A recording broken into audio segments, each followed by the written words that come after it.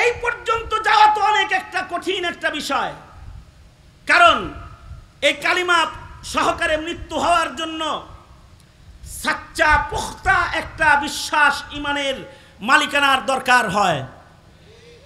এইটা বর্তমান যুগের মুসলমানদের মধ্যে অনেকই অভাব দেখা দিয়েছে। আমার এক বন্ধু কিছুদিন আগে উনি এক জানাজার নামাজ পড়াতে গিয়েছেন, এক বাড়িতে জানাজা পড়াইতে গেছেন। জানাজা পড়ায় এসে আমার হাত ধরে কাঁদতেছে আর বলতেছে, বন্ধু তোমরা মাঠে ময়দানে মানুষের ইমানের মেহনতের কথা বলো, বর্তমান প্রজন্মের ইমানের হালত বড় খারাপ, সামনের প্রজন্মের ইমানের হালত না জানি কি দাঁড়ায় রয়েছে। আমি বললাম, ইমানের হালত খারাপ তা তো আমরাও জানি, তো তুমি আজকে এত অস্থির হইছো কেন, আগে সেই আলাপটা করো। সে বলল যে আমি তো জানাজার নামাজ পড়াইতে গিয়েছিলাম, আমার এক দুঃসম্পর্কের আত্মীয় মারা গেছে, তার জানাজা যখন পড়াইতে গেছি, এই মাইয়িত যিনি মারা গেছে তার ছেলে বিদেশে থাকে, লাশটা ফ্রিজ আপ করে রাখা হয়েছিল, ছেলে বিদেশ থেকে এসেছে, এরপরে জানাজা দাফনের ইন্তজাম হয়েছে। যদিও মাইয়িত মারা যাওয়ার পরে যত তাড়াতাড়ি দাফন করবে তত মাইয়িতের আরাম হয়, আর এটাই নবীর দিক নির্দেশনা। কিন্তু ফ্রিজে রাখা যায় তো ফ্রিজে রেখে দিছে লাশ, আর ছেলে আসছে বাবার জানাজা পড়তে। ছেলের শুভবুদ্ধি উদয় হয়েছে, তো ছেলে তার সন্তানকেও সাথে নিয়ে এসেছে যে মরার আগে কমাস কম দাদার চেহারা এক নজর দেখায় দিই। নিজে তো এসেছে নিজের সন্তানটাকেও বাপের জানাজায় সামিল করতে বিদেশ থেকে সাথে করে দেশে নিয়ে আসছে। তো সে বলল, জানাজা তো পড়াইলাম, জানাজাটা কেবল শেষ করেছি, এই সময় লাশ উঠায় গুরুস্থানে নেওয়ার জন্য আপনজনরা যখন খাটিয়ার পাশে দাঁড়াইছে, তখন এই বাচ্চা ছেলেটা মাইয়িতের সন্তানকে, মাইয়িতের নাতি প্রশ্ন করতেছে। অর্থাৎ প্রবাসী ছেলে যে জানাজা পড়তে আসছে, তার ছেলে বাপেরে বলতেছে, আব্বু এখন কি দাদার লাশ আগুন দিয়ে জ্বালাইতে নিয়ে যাবা? অর্থাৎ মুসলমানের ঘরের সন্তান, মুসলমানের ঘরের সন্তান, সে তার বাবাকে বলছে, আব্বু এখন কি দাদার লাশটা আগুনে জ্বালাইতে নিয়ে যাবা? তার মানে কি? তার মানে হলো মুসলিম ঘরে তার জন্ম হয়েছে বটে, কিন্তু একজন মুসলমানের মৃত্যুর পরে তাকে শ্মশানে রাখা হয় না কবরস্থানে রাখা হয়, এটা এতটুকুন সামান্য ইমানি কথাও পিতার কাছ থেকে এই বালকটা এখনো পর্যন্ত পায় নাই। এ কারণেই তার জিজ্ঞাসা হলো, কি দাদার লাশ কি আগুনে পুড়াইবা নাকি? মুসলমানের লাশ যে আগুনে পোড়ানো হয় না, এইটা বাপ হয়েও সন্তানকে এখনো পর্যন্ত শিখায় নাই যে মুসলমান ঈমান আমলের সাথে মৃত্যু হলে তাকে বিসমিল্লাহি ওয়া আলা মিল্লাতি রাসূলিল্লাহ বলে আল্লাহ রাসূলের দলে দেওয়া হয়, আর কবরে যাওয়ার সাথে সাথে তার কবরটা আল্লাহর জান্নাতের বাগান হয় যদি ঈমান আমল নিয়ে কবরে যায়। আল্লাহু আকবার বলে। ঈমান আমল নিয়ে কবরে গেলে আল্লাহর জান্নাতে সে জায়গা পায়। এইটুকু নিলিম নিজের সন্তানকে দেয় নাই। এবার বরজক সম্পর্কে সে জানেই না, যে কবরস্থান সম্পর্কেই জানে না। বলুন তো, সে কি কবরের প্রশ্ন সম্পর্কে জানার মতো কোনো সম্ভাবনা? কবরে যে প্রশ্ন আছে, এ তো কবরস্থান সম্পর্কেই জানে না এখনো, যে মরার পরে মুসলমানকে কবরস্থানে সুন্নত তরিকায় দাফন করা হয়, এইটুকুনি যে শিখে নাই, সে কি কবরের প্রশ্ন সম্পর্কে জানে এমন কোন ধারণা করা যায়? এই হলো মুসলমানের একটা হালাত, যে তার বরজক কি, তার কবর কি, এই শিক্ষাটাও তাকে দেয়া হয় না। বরজখের উপরে ঈমানও তার নাই, কবরের আযাবের উপরে ঈমান বিশ্বাসও তার নাই, পুনরুত্থান সম্পর্কেও সে জানে না। আল্লাহর আদালত একটা কায়েম হবে, সেখানে তাকে দাঁড়াতে হবে, এই বিশ্বাস ইমানও প্রজন্মের মুসলমানের হৃদয়ে মজবুত আকারে এখন আর বসানো হয় না। আমি বললাম, আচ্ছা দোস্ত, সে আগুনে জ্বালানো হবে এইটা শিখলো কেমনে? আমি জানি, জানার পরেও তাকে জিজ্ঞাসা করতেছি কেমনে শিখলো। সে বলতেছে, আরে ভাই বুঝো না, ধর্ম কর্ম পড়ালেখা না করলেও বাবা মার কোলে বসে হিন্দি ছবি দেখতে দেখতে এতটুকুন জ্ঞান তার অর্জন হয়েছে, কিছু মানুষ মরে গেলে তাদেরকে আগুনে জ্বালানো হয়। সিনেমা দেখে এতটুকুন অন্তত বুঝ আসছে যে হিন্দু মরে গেলে আগুনে জ্বালানো হয়। তার ধারণা তাইলে কি আমরা মরে গেলেও কি জ্বালানো হয় কিনা? এত বেশি হিন্দি ছবি দেখছে জীবনে, আর সন্তানরে পাশে বসায় দেখাইছে যে সন্তানরে হিন্দুর লাশ পোড়ানো দেখাইলেও সন্তানকে মুসলমানের লাশ দাফনের চিত্রটা দেখানো হয় নাই। এই তো আমাদের কমজোরি। যদি মুসলমানের কমজোরি এইখানে থাকে শুধু কবরের বেলায়, তাইলে নবীর বিশ্বাস, কিতাবের বিশ্বাস, ফেরেশতাদের বিশ্বাস, হাসরের দিবসের বিশ্বাস, অথবা আল্লাহর উপরে পূর্ণ আস্থা আর বিশ্বাস, এই বিষয়েও তো প্রজন্মের মুসলমানদের যথেষ্ট কমজোরি রয়েছে। কি কন, ঠিক না? ঠিক করে বলেন। ধর্ম কি জিনিস এটাই জানে না, ধর্ম সম্পর্কে জানে না, বুঝে না, রসুল সম্পর্কে জানে না, বুঝে না। এই যে ইমানের দুর্বল হালাত, এই দুর্বল হালতের কারণে কোটি কোটি মুসলমান জন্মগ্রহণ করতেছে ইমানের ছায়ায়, কিন্তু মৃত্যুবরণ করতেছে নাস্তিক আর মুরতাদের বাজারে যায়া। তাদের মরণ হইতেছে নাস্তিক মুরতাদের বাজারে। এখনকার সন্তানদের খুব কমন প্রশ্ন, এখন সবচেয়ে বড় ফিতনা, জমিনের সবচেয়ে বড় ফিতনা হলো এখন নাস্তিক্যবাদের ফিতনা। কিসের ফিতনা? নাস্তিক্যবাদের ফিতনা জমিনের সবচেয়ে বড় ফিতনা।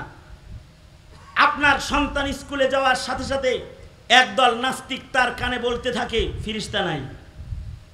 আপনার সন্তান কলেজে যাওয়ার সাথে সাথে একদল নাস্তিক বলে কবরের আযাব বিশ্বাস করি না, লাশ আবার পুনরুত্থান কেমনে হবে এটা বিশ্বাস করি না, মানুষ মরে যায়, পচে যায়, গলে যায়, মাটির সাথে মিশে যায়, এর আর কোনো পুনরুত্থান নাই। একদল নাস্তিক আপনার সন্তানকে বলতে থাকে, আরে আমরা প্রাকৃতিকভাবে সৃষ্টি হয়েছি, আমাদের কোনো খালেক নাই, আমাদের কোনো স্রষ্টা নাই। অর্থাৎ একদল নাস্তিক মুসলমানের বাজারে ঘোরে আর মুসলিম সন্তানকে বলে স্রষ্টা বলতে কেউ নাই। আপনারা বলুন তো, স্রষ্টা আছে না নাই? জোরে আওয়াজ করে বলেন। কিন্তু ওরা বলে স্রষ্টা নাই। যদি কোনো কথা কয় তাহলে বলে, এই স্রষ্টারে দেখছস নাকি কোনোদিন? না দেখি নাই তো। যা দেখোস না তা মানুষ কেন? যেটা দেখা যায় না সেটা মানতে হবে কেন? অথচ না দেখে মানার নামই ঈমান। আল্লাযীনা ইউমিনুনা বিল গায়ব, না দেখেই মানতে হবে স্রষ্টা একজন আছে যাকে দেখা যায় না, কিন্তু মানতে হয় তিনি কে। আওয়াজ করে জোরে বলে। তারে কিন্তু দেখা যায় না, চর্মচোখ তাকে দেখতেছে না, কিন্তু তাকে মানতে হয়। স্রষ্টাকে মানা, না দেখে মানার নামই ঈমান। কিন্তু নাস্তিকরা আপনার সন্তানকে বলবে, যা দেখি না তা মানি না, যা দেখি না তা মানি না। অথচ মাখলুকের ভেতরে বহু জিনিস আছে যেটা মানা যায়, দেখা যায় না। খালেক পর্যন্ত যাইতে হইব না, মাখলুকের ভেতরে এমন বহু কিছু আছে যা মানতে হয়, দেখা যায় না। ভেতরে রূহ নামক জিনিস আছে, মানতে হয়। বেরোয় গেছে, মরে গেছে, এটাও মানতে হয় যে রূহ বেরিয়ে গেছে, মানতে হয়, কিন্তু রূহটাকে দেখা যায় না। কুলির রূহু মিন আমরি রাব্বি, আল্লাহ পাকের একটা নির্দেশ, এটাকেই দেখো না, আল্লাহকে দেখবা কেমনে? হাওয়া বাতাস আছে, কিন্তু বাতাস চোখে দেখা যায় না। যদি বলি বাতাসের কালার কি, বলতে পারবে না। বাতাস কয়েক লম্বা, তাও বলতে পারবে না। কতটুকুন চওড়া মোটা, তাও বলতে পারবে না। কিন্তু মানতে হয় বাতাস আছে, এটা মানতে হয়, কিন্তু চোখে দেখা যায় না। তবে হ্যাঁ, বাতাস দুর্বল না প্রবল এটা আন্দাজ করা যায় কখনো কখনো। কয় দেখতো বাইরে বাতাস আসেনি, কয় এক ফোঁটা বাতাসও নাই। বুঝছস কেমনে রে? কয় একটা গাছের পাতা নড়ে চড়ে না, একটা পাতা নড়ে চড়ে না। গাছের পাতার দিকে তাকায় বুঝলাম সময়ে বাতাসের প্রবাহ বড় দুর্বল, এখন বাতাস এত স্বল্প যে পাতাও নড়ে চড়ে না। আবার মায় বলছে যারে গেদা 1 কেজি লবণ লয়ে গা। কয় না মা, এখন বাইরে যাওয়া যাইব না, বাইরে প্রবল বাতাস, উড়ায় লয়ে যাইব, তোরে উড়ায় লয়ে যাইব। কয় হ্যাঁ, জানালা দিয়ে দেখলাম গাছ ভেঙে উড়ায় লয়ে গেল। তার মানে গাছ ভেঙে উড়ায় লয়ে গেছে, এ কারণে তুমি বুঝেছো যে এখানে বাতাস প্রবল, অথবা পাতা নড়ে চড়ে না। তোমার আকল দিয়ে বুঝেছো এখানে বাতাস এখন কমজোর নাই। তোমার আকলটাকে একটু রবের আসমান দেখে একটু খাটাইতে পারলা না, আর বুঝতে পারলা না যে এত বড় আসমান খুঁটিবিহীন যিনি বানিয়ে রেখেছেন সে মহান মালিক তো একজন আছেই। এটা তুমি আন্দাজ করতে পারলা না? তুমি এই আন্দাজ কেন করো না? এই কারণে তোমাকে ময়দানে মাহশারে জিজ্ঞাসাবাদ করা হবে। মৌলবীরা সব তোমারে বুঝাইব, লাস্তা আলাইহিম বিমুসাইতির। আল্লাহর রাসূলকে আল্লাহ তাআলা নিজে বলতেছে, বন্ধু আপনাকে পুলিশ দারোগা বানায়, ইন্সপেক্টর বানায় আমি পাঠাই নাই। কেন? ওরা আমার সৃষ্টি দেখে আমাকে চিনতে পারে না। আফালা ইয়ানজুরুনা ইলাল ইবিল কাইফা খুলিকাত ওয়া ইলাস সামাই কাইফা রুফিআত। আমার সৃষ্টি দেখে ওরা আন্দাজ করতে পারে না আমি কত বড় মহান, এটা আন্দাজ করতে পারে না। কারি তৈয়ব সাহেব রহমতুল্লাহি আলাইহি একটা মজার কথা বলেছেন। উনি বলেন ইমাম বুখারী রহমতুল্লাহি আলাইহি এর উপরে তরজমাতুল বাব কায়েম করেছেন বুখারী শরীফের ভিতরে। অফি আনফুসিকুম আফালা তুবসিরুন। আল্লাহ তালাশ করতে, আল্লাহ চিনতে আসমানেও যাইতে হয় না, গুইরাও দেখতে হয় না। অফি আনফুসিকুম আফালা তুবসিরুন। নিজের দেহের দিকে তাকাইলে তোমার মুখে উচ্চারিত হবে লা ইলাহা ইল্লাল্লাহ। খালি দেহের দিকে তাকাইলে উচ্চারিত হবে। তুমি তোমার দেহটা তাকায়া দেখো না, এত সুন্দর এই দেহ, এটা ছায়া দেখো তো বুঝবা স্রষ্টা একজন আছে। আর কারি তৈয়ব সাহেব রহমতুল্লাহ আলাইহি বলেন যে দেখো দুনিয়ার সব বিজ্ঞান মিলে, পৃথিবীর সব বিজ্ঞান মিলে 3টা ধাতুরে এক জায়গায় করতে পারে না। সব বিজ্ঞান মিলা, যেমন মনে করেন আপনাদের হাতে গ্যাস লাইট আসে না, গ্যাস লাইট বিড়ি ধরায় যেটা দিয়ে ফুট করে, এই গ্যাস লাইট, এই গ্যাস লাইটের ভিতরে মনে করেন 2 জিনিস আছে, পানি আছে, বাতাস আছে। কিন্তু যদি পৃথিবীর কেউ একটু চেষ্টা কইরা এই পানি আর বাতাসের ভিতরে একটু আগুন ঢুকাইয়া দিয়া আপনারে কয় ভাই এটা আপনাকে ফ্রি হাদিয়া দিলাম, এটা পকেটে রাখেন, রাখবেন কি? বইয়া রয়েছেন গে কন্যা, রাখবেন? এতক্ষণ কি ছিল ভিতরে? বাতাস আর পানি ছিল। এখন আর একটা জিনিস বাড়াইছে, আগুন। এইটা বাড়ায়া এই 3 জিনিস ভিতরে ঢুকে আপনার পকেটে দিছে, রাখবেন? আপনার ঘরে সিলিন্ডার আছে, সিলিন্ডারের ভিতরে পানি আছে, বাতাস আছে। যেখান থেকে আপনার চুলা জ্বলতেছে, আগুনটা তো আছে চুলায়, সিলিন্ডার আছে দূরে। চুলার আগুন আইতে আইতে যদি কোনো রকম একটু সিলিন্ডারের মুখে আসে, তাতে ঘরে সবাই আরামে ঘুমাইবেন তো? হ্যাঁ, কেন? আপনি জানেন যে বিজ্ঞান এই 3 জিনিসকে একত্রিত করতে পারে না। এখন যেহেতু এই সিলিন্ডারের মুখে আগুন আইছে, কোনোভাবে যদি খালি ভিতরে ঢুইকা যায়, তাইলে এটা শুধু সিলিন্ডার রবে না, এটা একটা বোমায় পরিণত হবে। এমন একটি সিলিন্ডার ব্লাস্ট হয়েও ঢাকা শহরের বহু বাড়ি পুড়ে ছাই হয়েছে, ঠিক না? কিন্তু কারি তৈয়ব সাহেব বলে দেখো আল্লাহ পাক কত বড় মহান মালিক। তুমি 3 জিনিস আটকাইতে পারো না এক জায়গায়, আর দেহের ভেতরে আল্লাহ 4 জিনিস আটকাইছে। আগুন, পানি, বাতাস, মাটি, 4 জিনিস দিয়া আল্লাহ তাআলা এই মানব দেহ বানাইছে। এটা কারোর যদি বয়স, জুনায়েদ আল হাবিব শাহ হুজুরে জিজ্ঞাইলাম, হুজুর আপনার আব্বার বয়স কত ছিল? ইন্তেকাল করেছে কিছুদিন আগে। তো উনি বললেন 100-এর উপরে। আমি কিছুদিন আগে এক জায়গায় গেছি, এক বুড়া চাচা আমার লগে দেখা করতে আইছে। আমি জিজ্ঞেসি বয়স কত, কয় 109 বছর। আমি চেয়ে দেখলাম 109 বছরের একটা দেহ, 109 বছর বয়স, কিন্তু এখনো পর্যন্ত এই যে আল্লাহর বানাই নেই রোবটটা, এটা শর্ট সার্কিট হয় নাই, মানে আগুন টাগুন ধরে নাই, ব্রাস্ট ব্রুস্ট হয় নাই। পৃথিবীর কোনো বিজ্ঞান এই চার জিনিস একত্রিত করতে পারে না। ওটা একত্রিত করলেই ব্রাস্ট হওয়ার ভয় থাকে, কিন্তু মহান আল্লাহ কুদরতে ইলাহি প্রকাশ করে মানব দেহে সহস্তে মানুষ বানায়, চার জিনিস এক জায়গায় করে মানুষ বানায় শোয়া রাখছে 100 বছর। স্বামী স্ত্রী একসাথে 80 বছর ধরে ঘুমাইতেছে, কোনদিন একটা আর একটারে জড়ায় ধরছে যে এই ভয় পায় নাই যে ব্রাস্টি হইব নাকি আবার জাতা লেগে। অথবা সন্তান যে বাবার বুকের উপরে ঘুমাইলো, সন্তান কোনদিন চিন্তা করে নাই যে আব্বা আমার জাতায় পরে আবার ব্রাস্ট না হয়ে যায় আগুন পানি একত্রিত হইয়া। মহান আল্লাহর কুদরত, অফি আনফুসিকুম আফালা তুবসিরুন। ঠান্ডা মাথায় যদি চিন্তা করো তাহলে তোমার মুখে উচ্চারিত হবে স্রষ্টা একজন আছে, তিনি কে?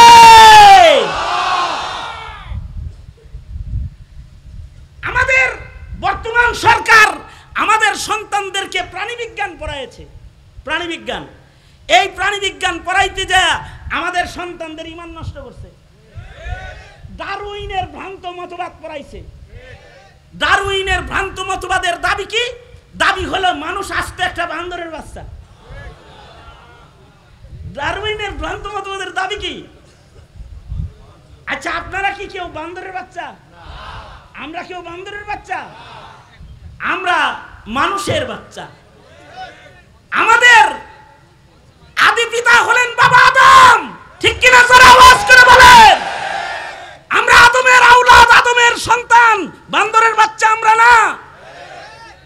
কিন্তু সরকার আমাদের সন্তানদের সিলেবাস পরিবর্তন করে আমাদের সন্তানদেরকে বুঝাইবার চেষ্টা করেছে তোমরা বান্দরের বাচ্চা। এই তাকবীর লাগান, নারায়ে তাকবীর, নারায়ে তাকবীর, আল্লাহু আকবার, মুনাফিকান আগমন, শুভেচ্ছা স্বাগতম, সৈয়দ আল হাবিব সাহেবের আগমন, শুভেচ্ছা স্বাগতম, আজকের মাহফিল নারায়ে তাকবীর, আল্লাহু আকবার। जब पानी आ गया तो तयम्मुम खत्म। পানি এসে পড়ছে, তায়াম্মুম এমনি নাই। কিন্তু আমি আমার কথাটা, আমি তো সন্তানের মতন আজকের না, আমার কর্মজীবনের শুরু থেকে আল্লামা জুনায়েদ আল হাবিব সাহেব হুজুর আমার মুরব্বী, পিতৃতুল্য স্নেহ, একেবারে আমার ছাত্র জমানা থেকে যখন আমি ছাত্র তখন থেকে আমার বাড়ির, আমার জীবনের এমন কোনো অধ্যায় নাই যেখানে আল্লামা জুনায়েদ আল হাবিব সাহেব হুজুরের সুপরামর্শ এবং ওনার শারীরিক হাজিরি নাই, এরকম কোনো অধ্যায় নাই। আলহামদুলিল্লাহ, বিয়ে শাদী থেকে শুরু করে সন্তানদের আকিকাত থেকে শুরু করে যা আছে সব। তা আমার মুরব্বী এসে পড়েছেন, যে পানি আ গিয়া তো তায়াম্মুম খতম, পানি এসে গেছে, তায়াম্মুম শেষ, আর এত ওয়াজের দরকার নাই। তবে একটা কথা সেটা বলি, সেটা হলো এই বিগত দিনের সরকার শিক্ষা সিলেবাসকে এত নোংরা আর এত অপবিত্র করেছে যে শিক্ষার মাধ্যমে জাতির চরিত্র গঠন হবে, যে শিক্ষার মাধ্যমে জাতির ঈমান, ইসলাম, আকীদা ঠিক হবে, এই শিক্ষা সিলেবাসে নষ্টামি, ভ্রষ্টামি, ফাসটামি আর হিন্দুত্ববাদ দিয়ে ভরে দিয়ে এদেশের মুসলমানদেরকে হিন্দু বানাইবার চক্রান্ত করেছে। মুহতারাম হাজিরিন, মুসলমানের শিক্ষা সিলেবাস থেকে তার রাসূল, তার রব, তার ঈমানের শিক্ষা সরায় দিয়ে গোমাতার শিক্ষাকে প্রবেশ করায়ছে। চরিত্রকে নষ্ট করার জন্য, মুসলিম যুবক যুবতীর চরিত্রকে চরিতার্থ করতে শিক্ষা সিলেবাসের ভেতরে ট্রান্সজেন্ডার নামক এক দুষ্ট বস্তুর আমদানি ঘটায় মুসলমানের শিক্ষা সিলেবাসে তা ঢুকাইবার অপকৌশল চালিয়েছে। সমকামিতা প্রমোট করে বাচ্চাদেরকে বিভিন্ন ধরনের কুসংস্কৃতির শিক্ষা দিয়েছে, যারাই অপসংস্কৃতির সয়লাব দেশে ঘটাইতে চায়, ওই অভিনেতা আর ওই গায়ক গায়িকাদেরকে ধরে ধরে জাতির সংসদে সাংসদ হিসেবে বসায় জাতির মহান সংসদকে নাস্তিক দিয়ে ভরে ফেলেছে, নাস্তিক দিয়ে ভরে ফেলেছে। আমাদের আকাবির বুজুর্গগণ শুনুন, আমার আকাবির, আমার বাপ দাদারা এ নিয়ে কথা বলেছে। আমার বাপ দাদারা বলেছে ট্রান্সজেন্ডার ভ্রান্ত মতবাদ সরান। আমার বাপ দাদারা বলেছে আল্লামা নূর হোসেন কাসেমী রহমাতুল্লাহ আলাইহি, জুনায়েদ বাবনগরী রহমাতুল্লাহ আলাইহি, শাইখুল হাদিস আল্লামা আজিজুল হক রহমাতুল্লাহ আলাইহি, মুফতি আমিনী রহমাতুল্লাহ আলাইহি, শাইখুল ইসলাম আহমদ শফি রহমাতুল্লাহ আলাইহি থেকে শুরু করে যত আকাবিররা আমাদের রয়েছে, তারা সরকারকে বারবার বলেছে যে এই বান্দরের গল্পটা সিলেবাস থেকে সরান।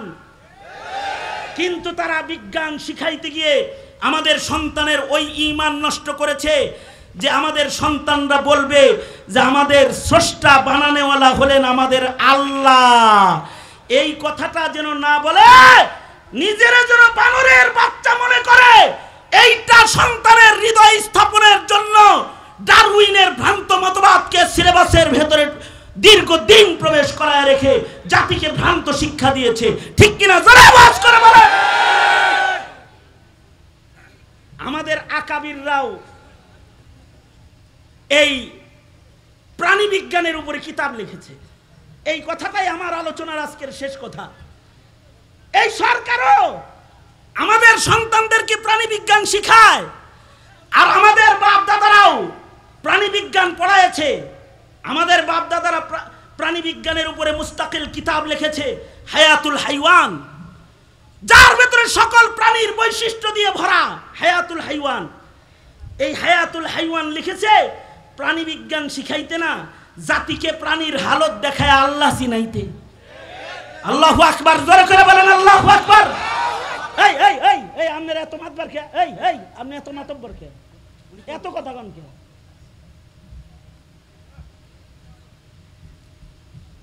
দোনো হাত উপরে তোলেন,